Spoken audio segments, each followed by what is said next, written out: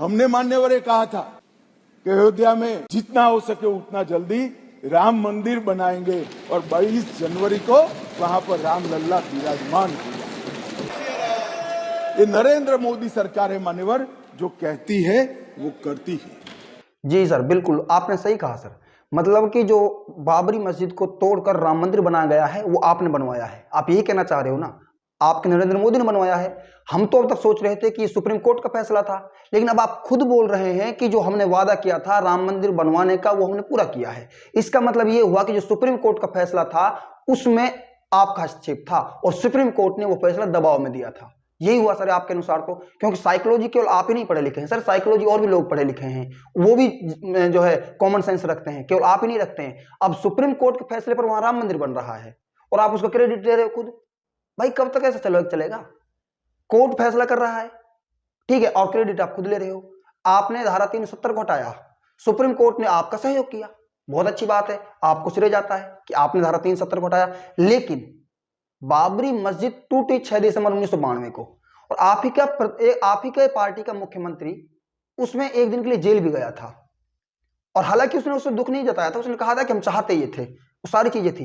लेकिन अब फिर आप एक जिम्मेदार नागरिक होते हुए, गृह मंत्री होते हुए पूरे देश को संभाल रहे हो, आपके लिए सब बराबर हैं, हिंदू भी बराबर है, मुस्लिम भी बराबर है। जब आपको पता है कि बाबरी मस्जिद से 360 साल पुराना मामला है बाबरी मस्जिद का, और इससे मुस्लिम समुदाय की आस्था जुड़ी हुई है, फिर आप स्पष्ट भरी संसद में, देश की सबसे बड़ी पंचायत में ये बोल रहे हो कि हमने जो कहा वो कर दिखाया। बाबरी मस्जिद के स्थान पर हमने राम मंदिर बनवाया वहां पर। अरे सर, इस देश में जो वहां बाबरी मस्जिद के स्थान पर राम मंदिर बन रहा है वो आपके आदेश से नहीं बन रहा है। वो इस देश में जो मुस्लिम समुदाय है वो कानून व्यवस्था की पालना करता है। उसने जब सुप्रीम कोर्ट का फैसला आया था उसका सम्मान किया था सर, आपका फैसला नहीं था वो। आप शायद एक बार कर देख लेते अपना फैसला, लेकिन आप लोग क्यों उसको, सुप्रीम कोर्ट ने जो किया वो आपका अपने ऊपर क्यों लेते हो? सुप्रीम कोर्ट, अब यहां सर दो चीजें, या तो सुप्रीम कोर्ट का फैसला नहीं था, वो आपका फैसला था, और जो सुप्रीम कोर्ट ने आपके दबाव में कर दिया था। इसका मतलब साफ स्पष्ट होता है कि सर सुप्रीम कोर्ट आपके दबाव में काम कर रहा है और जितने भी फैसले दे रहा है वो आपके दबाव में दे रहा है। आप ही का जवाब बयान है सर, मेरा कुछ नहीं है इसमें, आप मेरे सिर पढ़ो कभी, मेरा कुछ नहीं है इसमें।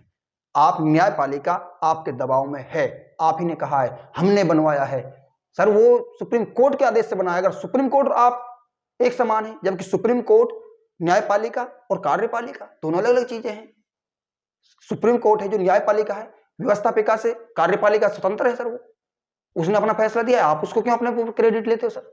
और फिर आप क्रेडिट लेते हो तो सर आपको नहीं पता कि उस स्थान से किस समुदाय की आस्था जुड़ी हुई है।